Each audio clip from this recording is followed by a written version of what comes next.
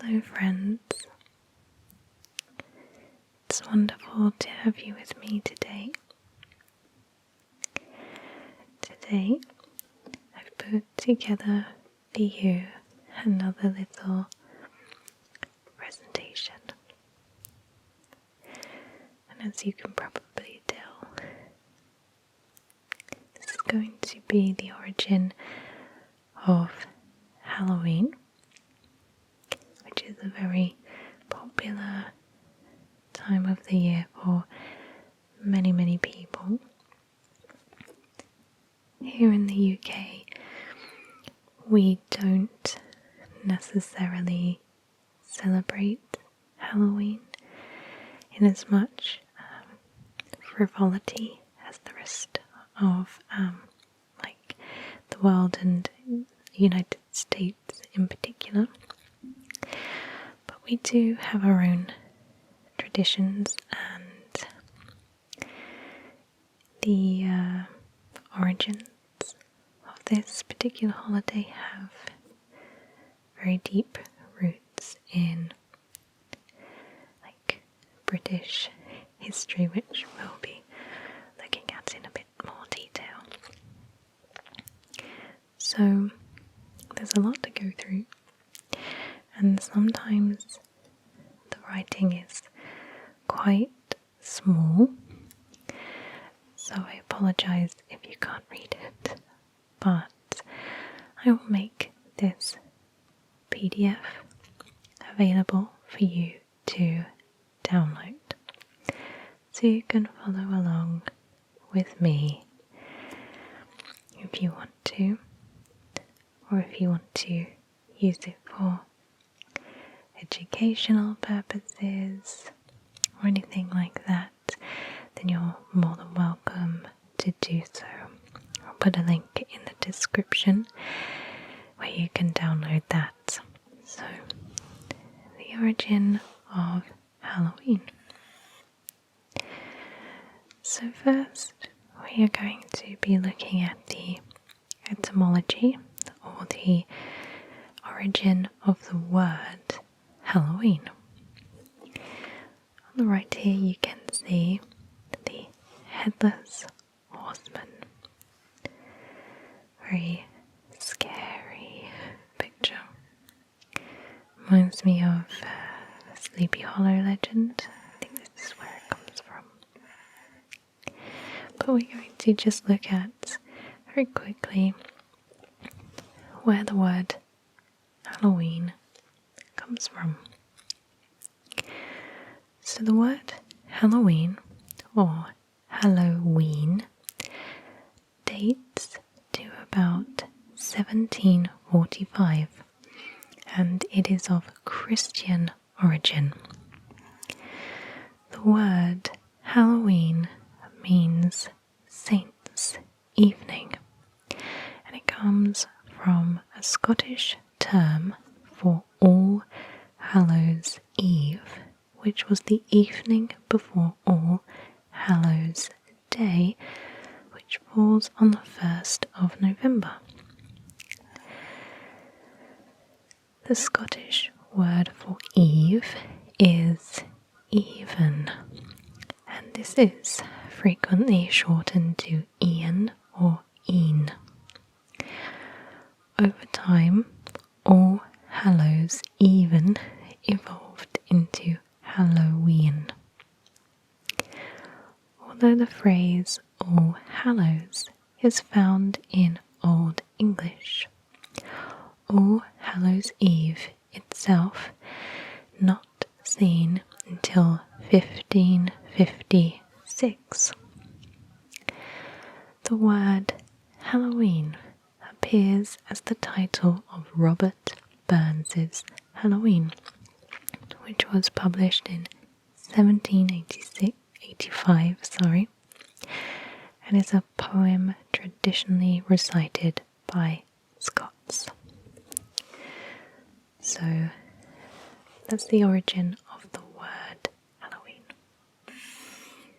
Halloween also has Celtic origins. In the festival Samhain. It's not pronounced Samhain as it looks, but it's actually pronounced like Samhain. I hope I'm pronouncing that okay. And this is a little artistic rendition of their Celtic celebrations. So, some folklorists believe that Halloween originated in the Roman feast of Pomona, which we'll get onto a little bit later, the goddess of fruits and seeds, or the festival of the dead called Parentalia, or the festival of Feralia. But most agree that it is most likely to have originated from the Celtic festival of Samhain, pronounced Samhain, which comes from the Old Irish for summer's end.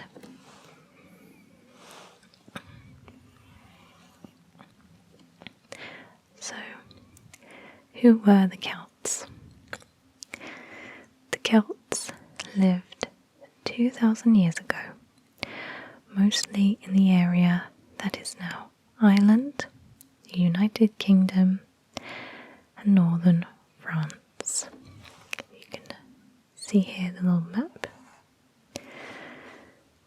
Angli, Saxony, Britons. You can see all the different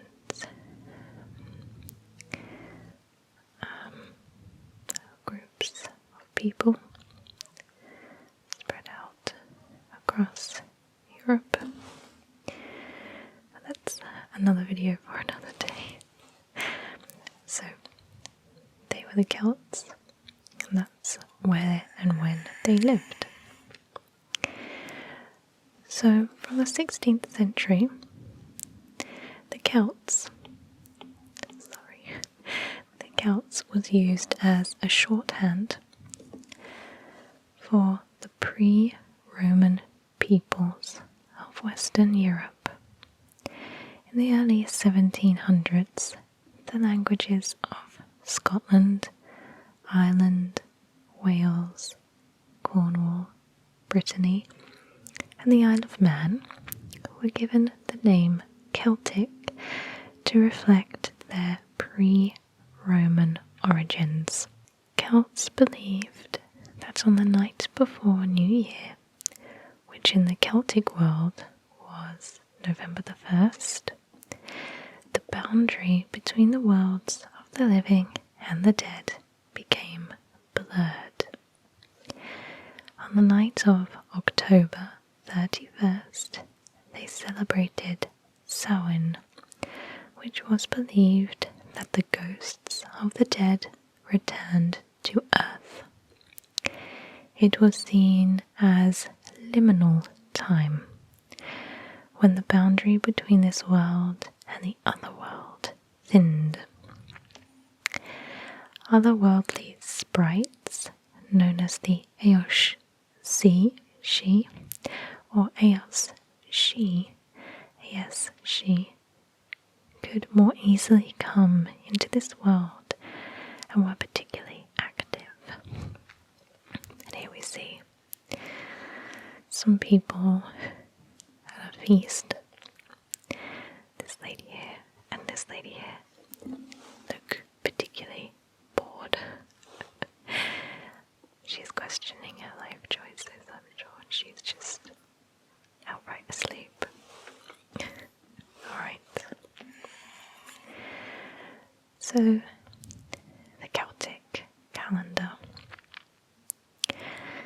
Unlike most Western civilizations today, the Celts celebrated their new year on November 1st rather than January 1st.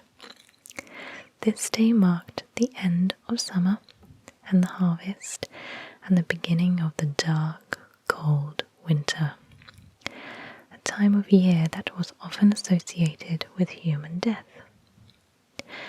Samhain was the first and most important of the 4-quarter holidays in the medieval Gaelic calendar and was celebrated on the 31st of October to the 1st of November in Ireland, Scotland and the Isle of Man.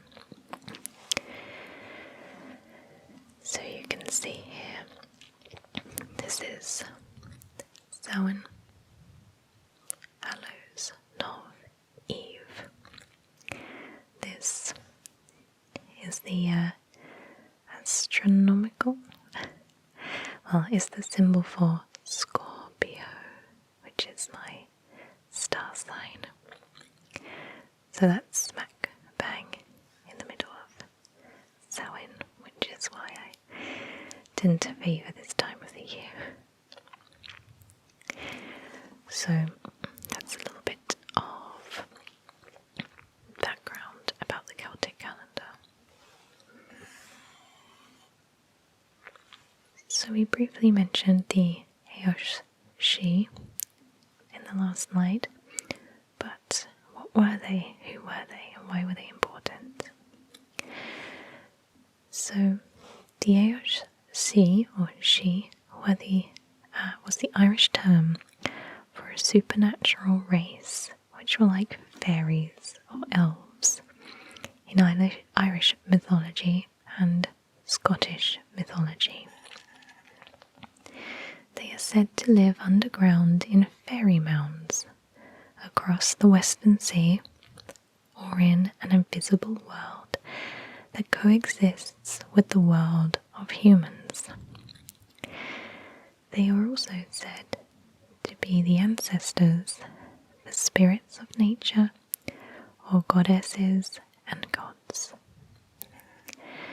The Eoshi were both respected and feared, and it was believed that the Eoshi needed to be pleased to ensure that people and their livestock survived the winter.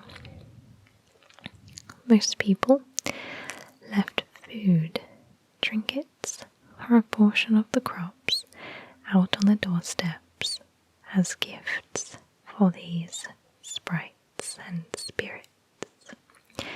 So you can see how the tradition of trick-or-treating is slowly starting to emerge.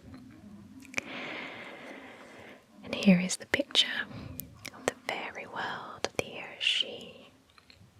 There's a lot going on here, and it looks like a very, very magical world. So, Samhain traditions. The Celts also thought that the presence of the otherworldly spirits made it easier for the druids or Celtic priests to make predictions about the future. These prophecies were a very important source of comfort during the long, dark winter when people depended entirely on the volatile world around them. To commemorate the event, druids built huge, sacred bonfires where people gathered to burn crops and animals as sacrifices to these otherworldly beings. During the celebration, the Celts wore costumes, typically consisting of animal heads and skins, which could potentially be the origin as to why we dress in costume for Halloween. When the celebration was over, they would then relight their hearth fires, which they had extinguished earlier that evening, and they would light them from the sacred bonfire flame to help protect them during the coming winter. So a lot of interesting traditions there. Another tradition was fortune telling, which we previously looked at. Fortune telling was also an incredibly important part of Samhain. As we mentioned before, psychological comforts were all these people had when facing a harsh and bitter winter, where more often than not they would perish from cold or starvation before the spring came. But it wasn't all doom and gloom, however. Throughout Ireland and Britain in particular, the Celts partook in many household festivities which included rituals and games intended to foretell one's future, especially regarding death and marriage. Obviously the two most important things at that time. This is a picture of a Celtic druid or priest. Just noticed this snake here drinking this milk. So that was fortune telling. Another tradition is apple bobbing, which I'm sure many of you have done once or twice in your life. And if you haven't, I really encourage you to do it. It's quite fun. Frustrating but fun at the same time. The most popular divination tools were apples and nuts, which included something we are all familiar with, apple bobbing. But apple bobbing was a very serious business. Back then, bobbing for apples was a very specific set of people. It was aimed towards them, and that was unmarried young people. And what they would do, they would try to bite into an apple, and it could be either floating in water or hanging from a string. And if it was hanging from a string, it was usually called snap apple rather than bobbing apples. It was said that the first person to bite into an apple would be the next one to marry. So kind of like the bouquet throwing at a wedding. Whoever catches it gets married next. Sometimes the game could also be played by a large group of people. For example, if a lot of young unwed people are bobbing at once, the moment they catch an apple, they could peel it quite carefully and then wrap the peeling all in one ribbon around the head. Once they've wrapped it, they are to throw it over their shoulder.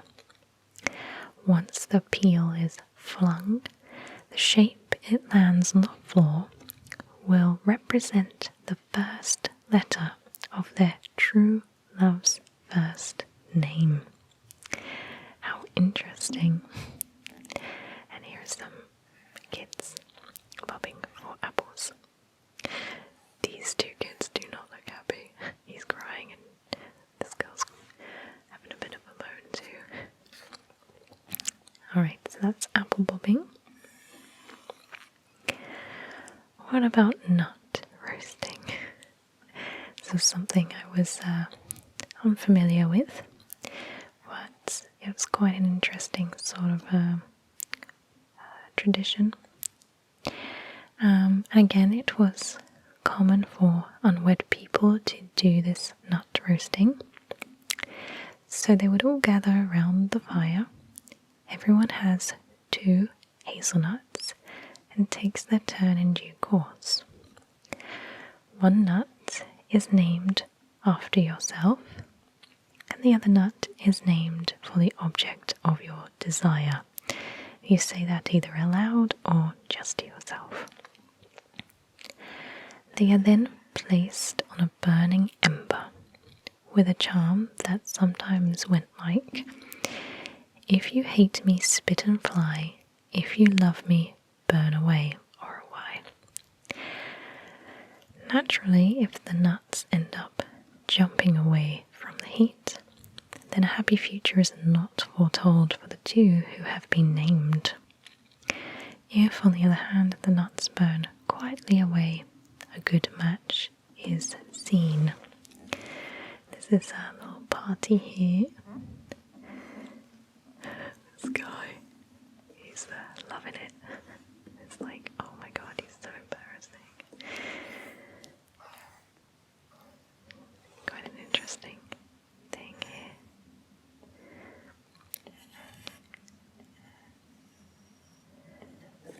What's happening here with this lady?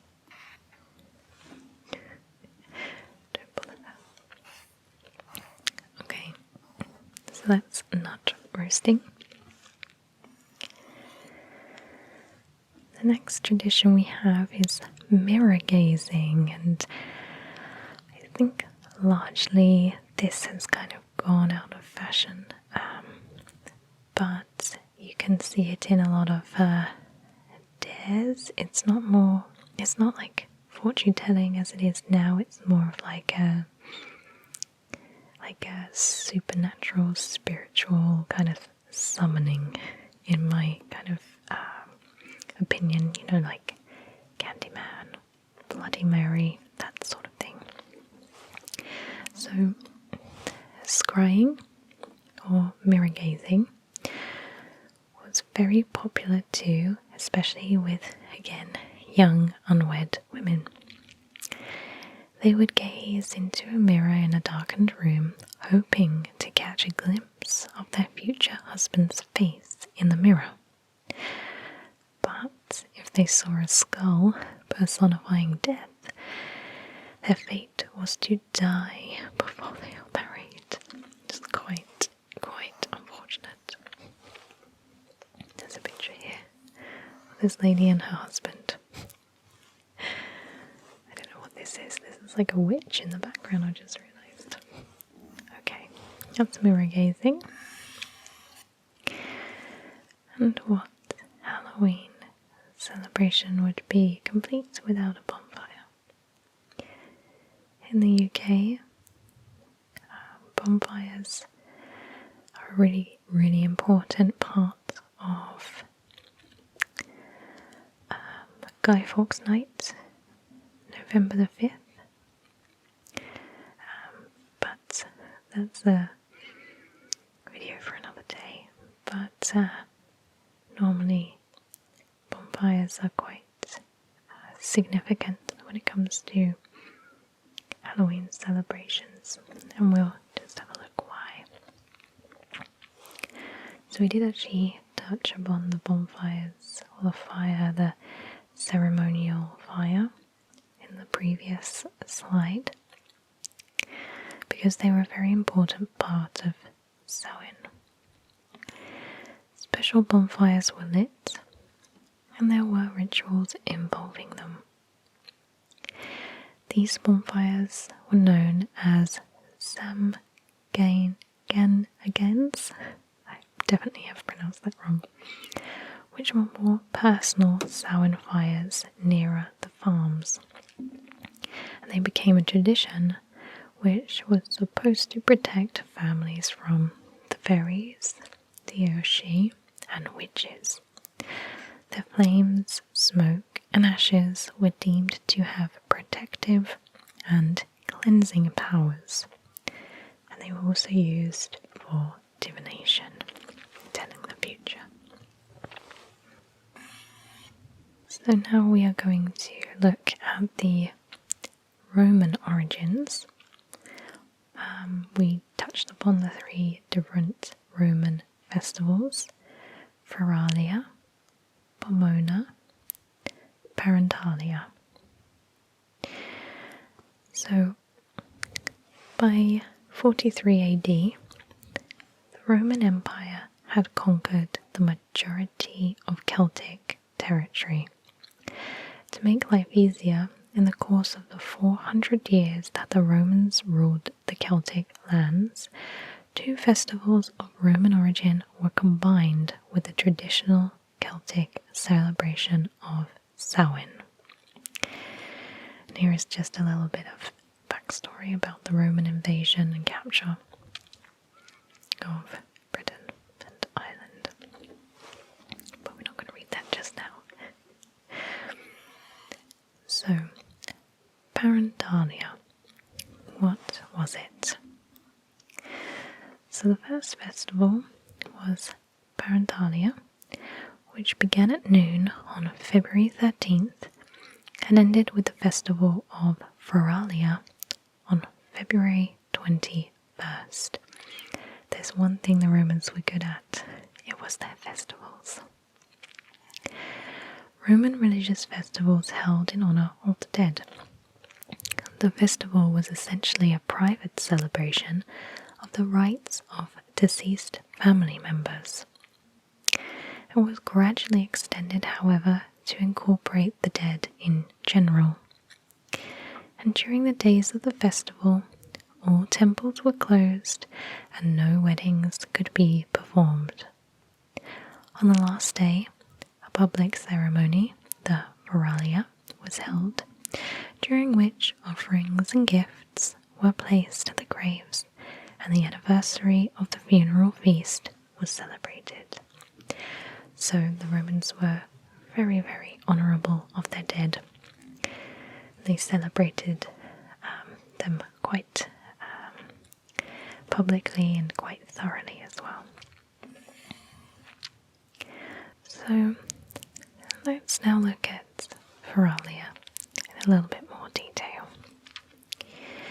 So Feralia fell on the 21st of February after the end of Parentalia, which, as we spoke about just a little minute ago, was a 9-day festival from the 13th to the 21st of February, and it honoured all the Romans' dead ancestors. Feralia was all about celebrating the manes. In ancient Roman religion, the manes or demesnes, mans, if I'm pronouncing that incorrectly, I'm sorry, were chthonic or underworld deities, sometimes thought to represent souls of deceased loved ones. They belonged broadly to the category of the inferi, those who dwell below. So as you can see instantly that these beings are quite closely linked or quite similar to the Eos She, the Celtic fairies or otherworldly creatures that we spoke about earlier. And the Roman citizens were instructed to bring offerings to the tombs of their dead ancestors, which we see in this picture here, which had to consist of at least an arrangement of wreaths, a sprinkling of grain and a bit of salt, bread soaked in wine, and violets scattered about. Again, you can totally tell the similarities of the gifts brought to the Celtic Eos She and the Samhain celebration. So you can see how the Romans kind of adopted that and made it their own. So what was Pomona? This was a festival which may or may not have been incorporated. And Pomona was a goddess of fruitful abundance in ancient Roman religion and myth. This is her here. Her name comes from the Latin word pomum, fruit, specifically orchard fruit like apples and pears. Pomona was said to be a wood nymph, the Roman goddess of fruit and trees. The symbol of Pomona is the apple, which may or may not have been taken from previous Samhain traditions, though it may have solidified our modern day traditions of apple bobbing further. Unfortunately, there is no evidence of any Pomona festival on any of the old Roman calendars, so this may not have been a legitimate festival, but interesting to include nevertheless. So that was Pomona. So we've seen the Celtic origin, we've seen the Roman origin, but let's look at how the Christian faith then changed it altogether. So, as Roman influence gradually transitioned its way into Christianity, we see the traditions and celebrations of Samhain and the Roman festivals slowly moving into a more Christian-sanctioned celebrations, but still keeping in favour with the old traditions. This was known as All Saints' Day.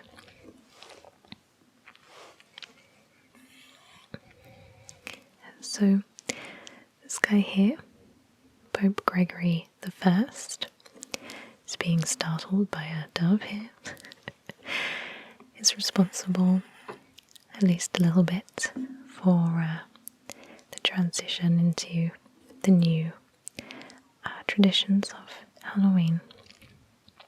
And it's said that Pope Gregory III, during the 8th century, on November the 1st, dedicated an oratory in St. Peter's to the relics of the holy apostles and of all saints, martyrs and confessors, of all the just made perfect, who are at rest throughout the world. So that basically means he just put aside a space in a church to, it's like a shrine to all the good people of Christianity. And this date became known as All Saints' Day. So, what was All Saints' Day, and what were the traditions? So, All Saints' Day was celebrated a little bit like Samhain, with big bonfires, parades, dressing up in costumes, but the costumes were like saints, angels, and devils. And as we progressed to the end of the 12th century, All Saints' Day was made a day of obligation across Europe and involved such traditions as church bell ringing for the souls that are in purgatory, criers dressed in black paraded the streets, and the bells that were rung to remember the poor souls was known as souling, which was the custom of baking and sharing soul cakes, which are these little things here. They're basically a small round cake, kind of like a shortbread biscuit in appearance and texture, which was made with sweet spices and then decorated with a cross on the top. So I guess like a spicy, fruity shortbread biscuit, which actually looks really nice. I've never had one myself, but let me know in the comments if you've had one, what you think. So groups of poor people, mostly children, would go door to door during this time collecting these soul cakes in exchange for praying for the dead, especially the souls of the grievers' friends and relatives. This custom dates as far back as the 15th century, and many believe that this is one of the origins of trick-or-treating. During the Middle Ages, churches that were too poor to display the relics of martyred saints let parishioners dress up as saints instead. I think that's very sweet and a good workaround. So that was All Saints' Day. You can see some people dressed up here in rabbits and deer outfits. So that brings us to the end of origins of Halloween. Now you probably noticed that I haven't included the last 100 years or so when it comes to Halloween celebrations moving to the new world, celebrations of modern day. But I just wanted to keep it of the ancient sort of origins, the kind of lesser known origins of Halloween. So I really hope that you have enjoyed this video. Like I say, you're free to download it, this little PDF, for your own personal use. And I wish you all a very happy Halloween, whatever you're doing. And I look forward to seeing you in my next video. Take care, guys, and